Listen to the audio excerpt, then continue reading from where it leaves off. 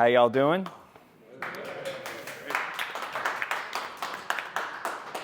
I don't know if there's any veterans in the house tonight, but if so, happy Veterans Day. I am a military veteran. So my name is, My name is Mike Siers. I am the founder and CEO of AuthLN and the inventor of Pay Factor Authentication. In short, AuthLN makes hackers pay. We were inspired by the MIT thesis Softwar. Some of you might know it by Major Jason Lowery, U.S. Space Force. Kind of took Bitcoin by storm. Anyone that had an opinion on it was either very positive and optimistic, very negative and pessimistic. Some of the main points of Bitcoin, or of Softwar, was it doesn't cost a hacker anything to penetrate a network, to even attempt to attack a network. As a result, cybersecurity is a very reactive industry. There's no consequence that exists in cyberspace. Major Lowery in Space Force, his job is to protect space, whether that is cyberspace or outer space. In his MIT thesis, he made the bold claim that everything that he has seen about Bitcoin and its proof-of-work properties, its decentralized mining, the fact that its energy has, gone to a level, the hash rate of about 14 nuclear power plants running at full capacity, the fact that it's been attacked from within creates, and it's withstood all of it, and it creates all the hallmarks of what he determines as a digital weapon system. So Major Lowery didn't actually like the term Bitcoin. Has once again, an emotional charge to it. So he much more preferred the term of bit power. Now, this isn't his definition. It wasn't in his book. This is mine. So bit power would be a measurable, transferable output of proof of work. In essence, the token that comes out of proof of work is the receipt of past physical computational work to produce it. When you use this coin, or when you have this token, you can use it, as Major Lowery would say, to impose physically prohibitive costs on attackers. Proof of work, in short, for his software, is it's a digital force. It's immutable, can't be replicated, so you can use it to impose force on people. Softwar reframes cybersecurity from a reactive, detection-based industry into projecting force in cyberspace on attackers. When you mix in the Bitcoin Lightning Network, which is a lot of where I live, you have instant final settlements of transactions for fractions of pennies at best. So I took all this together and created a couple patents and created AuthLN. AuthLN is Softwar for authentication. Our product is called Pay Factor Authentication. I'll give you a demo of it in a second. So AuthLN introduces a new era of authentication where instead of just credentials, multi-factor authentication, biometrics, looking at location, looking at even what time you're logging in, we're adding a new layer with what are you paying with? Not only is this a cost deterrence to an attacker where they have to risk something to even attempt to make an effort at penetrating your system, but if they dare to pay, we're able to identify if you are an authenticated user before you even get to the next step. So we're tying an identity to the payment you're using. So AuthLN focuses on three main truths here. It doesn't cost an attacker anything to even attempt to penetrate your system. Detection and response, which is the primary focus of all of cybersecurity, can't keep up with AI scaled attacks. And proof-of-work payment factors introduce friction, physics, and cost in cyberspace. So our product, Pay Factor Authentication, is designed for seamless integration, offering measurable protection, and we introduce a cost deterrence and economic authentication factors. Cybersecurity, as a whole, has a problem. 8 out of 10 of the breaches that we hear about involve valid yet exploited login credentials. It results in trillions of dollars of losses. With the emerging threats of AI and quantum computing, you can expect these numbers to abound. So all of this is really interesting in this idea of projecting force and utilizing Bitcoin and Softwar and all of this. But when you get into the real world, major corporations, major organizations are doing a trade-off between security and convenience, allowing users to be able to get in and out of systems efficiently, quickly. So this poses a problem. A lot of them are built with identity providers such as Okta, Google, Microsoft, SailPoint, Ping. Their entire organization is built around these identity factors, letting employees in and out of their applications all day long. No matter how cool projecting force is, they're not going to sacrifice the business operations just for that alone. So AuthLN had a lot of challenges. We had to figure out, how do we, one, integrate with all of these systems? How do we make it work? How do we adjust for the cash flow? And how do we not disturb operations but secure them long enough? And we have successfully achieved it. So the whole idea here is that we're adding not necessarily multi-factor authentication, not additional pass keys. We're not reinventing the wheel. We are introducing an economic layer that will join the communication of all of the systems that are currently in place. So if you're using Okta, we will simply add an economic layer in the form of a pay factor that must be satisfied to continue to move on. It'll integrate into a company's existing login flow, creates minimal friction for legitimate users, and attackers must pay. And when they do, they're leaving footprints behind. We will know if you're an attacker the moment you pay. If an attacker dares to pay, we collect more advanced telemetry data, all the who's, where's, what's of that attacker, than any particular system can get in one shot. Not only are we getting the device that they're authenticating on, but we're capturing telemetry of the device that they're authenticating with. We're able to send alerts to incident response teams before a breach happens, letting them know, hey, you are about to be breached through this app with this user, and here's the telemetry data on the attacker. And they can take action accordingly. So every single action when AuthLN is in place is a business signal to a company. We're able to measure the investment that they're making in the system, what their overall policy looks like, and how it's producing over time. We collect all sorts of telemetry data where we can power AI to read that and analyze it on behalf of a company. And then we integrate all their telemetry data into the tech stack that cybersecurity folks love to use, such as Splunk. And then finally, we can help with their compliance. In cybersecurity, compliance is a big deal because they're sharing secrets back and forth. Anything that's an abnormality, it needs to be investigated, logged, and filed away.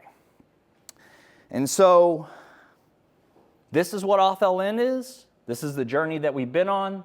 Our product is Pay Factor Authentication. Our market are enterprise organizations and public and military government organizations.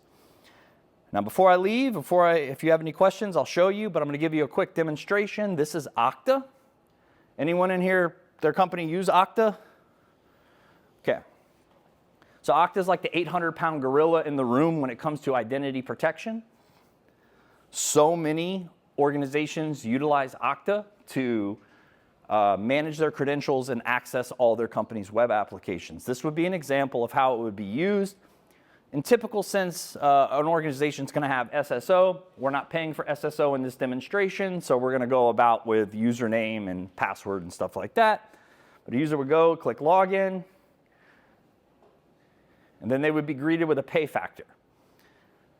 This is going to ask them for sats, as many as the company wants, as few as the company wants, and in doing so, any user that pays that is not tied in with a binding device would fail, and their sats would be captured.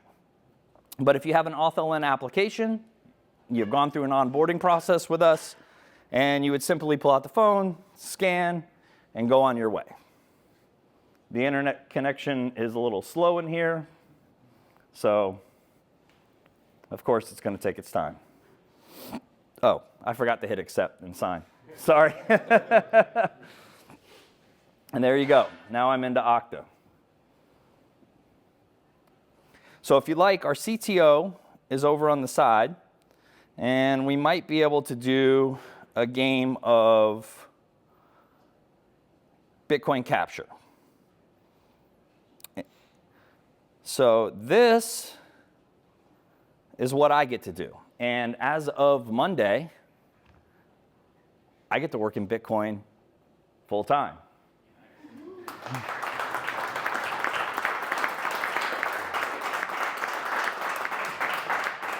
Brandon.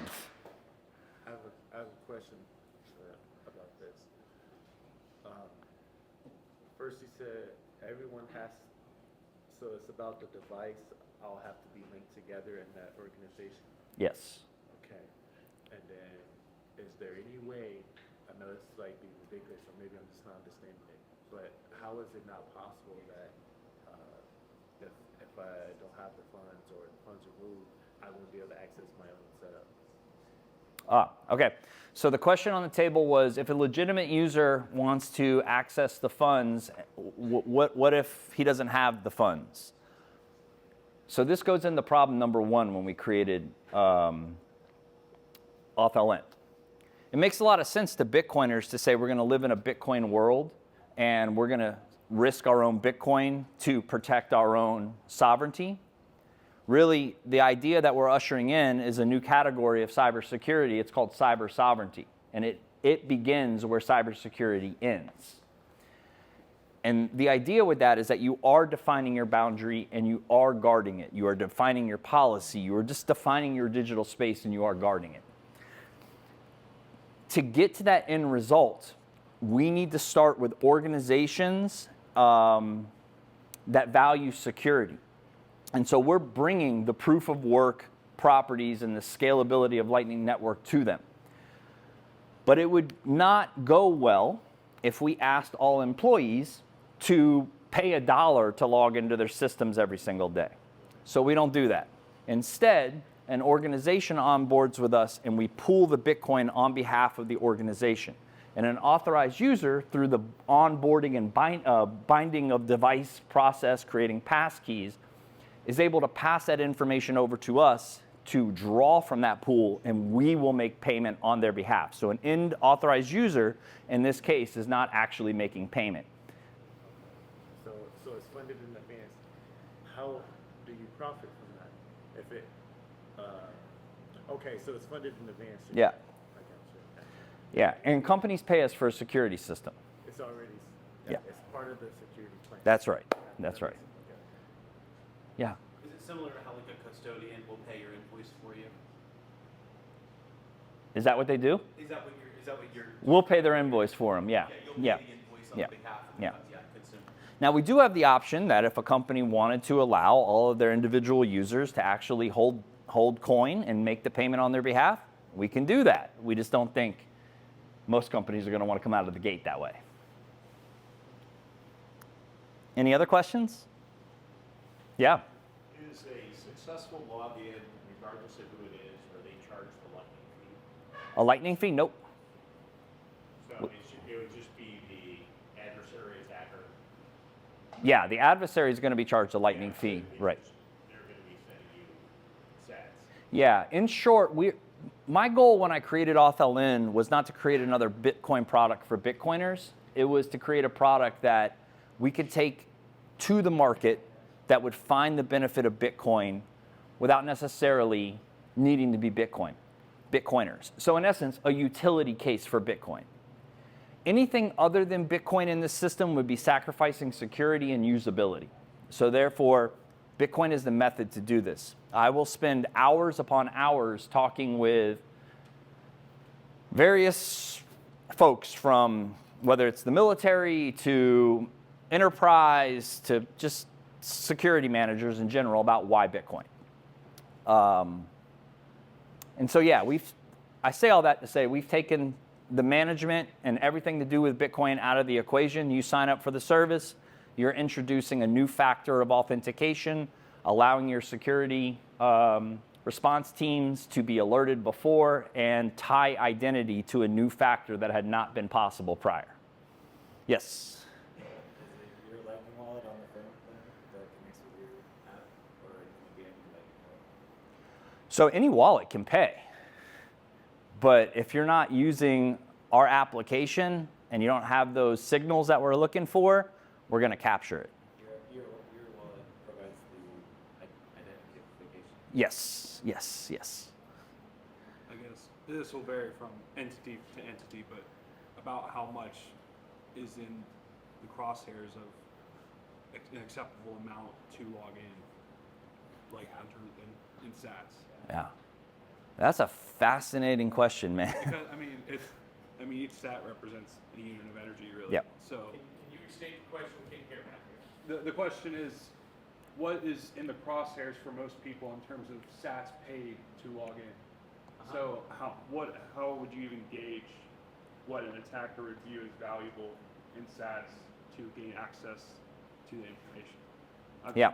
That would depend on the entity, but Right. It's a fascinating question, right? Would 5 cents be enough? Would $5 be enough? Would $500 be enough? 5,000? 100,000? I think it really depends on what you're guarding. I'm curious myself, man. So we will run KPIs. We will, as we collect more data, we will be able to identify the industry that the organization is with. We'll be able to identify a lot of patterns, and we'll be able to suggest what that price would be. And cybersecurity is a weird world. Let me also just be clear here, right? I just gave my whole spiel for cybersecurity people. When I got into this, I wasn't a cybersecurity person. I don't even like cybersecurity. It is complicated. It is confusing. As a user, I felt like I was always doing something wrong just for existing and trying to do my job. Cybersecurity is a very inherently reactive industry where users are actually a concern to a lot of the security teams because we make mistakes, we click on links, we expose, we are vulnerable. I wanted to create something that shifted the risk profile so that legitimate users can act without a lot of concern, and the risk gets shifted to the attacker, to the unauthorized person attempting to gain access. So I share all that really quick just to say, like, this is a complicated topic. A lot of people don't understand it. It's all good, man. I approach this very basic, right? So feel free to ask any questions that you want, and don't worry about it. What's really great, I infer that you're using like an OAuth or channel interceptor. It is an interactive based flow. There are some OAuth flows which are designed for machine to machine. Do you have or are you planning non-interactive flows for this scenario? I love that question. Yes, on the roadmap, yes. We need to start here. We are taking on design partners as of now. And we need to make this mechanism work first. There's a high demand for it. As we start to take in data, observe how the process goes, we will scale. We will eventually move to machine-to-machine APIs, a whole litany of things that we can move into. I just want to reframe it that we're not trying to reinvent the wheel. If you have multi-factor authentication and you want to continue to use multi-factor authentication, we could be a smart bump in the wire. The friction that your security team desires. Do you want to scan an invoice? Do you want a push notification? Do you want it to be automated? Because really the focus here is if that payment is not coming through with the factors that we're looking for, we are tying that back to your identity. That has never been done before. Yeah, man. Identity in the form of telemetry or identity in the form of Nostr or some other identification source? What identity are you referring to? Yeah, it's the identity that the organization is allotting. So, I don't know, Andy, how do I better answer this, right? An identity, right? It's we're pulling. So there's identity through telemetry of additional sources of telemetry data you don't have access to today?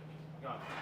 So, the minute you pay with a wallet that's not something I recognize or know about, you basically tip your hand and you're not who you are or who I think you might be based on that. And I can do that basically instant notification to a SOC team that you're about to breach. We're capturing about 135 other telemetry ones.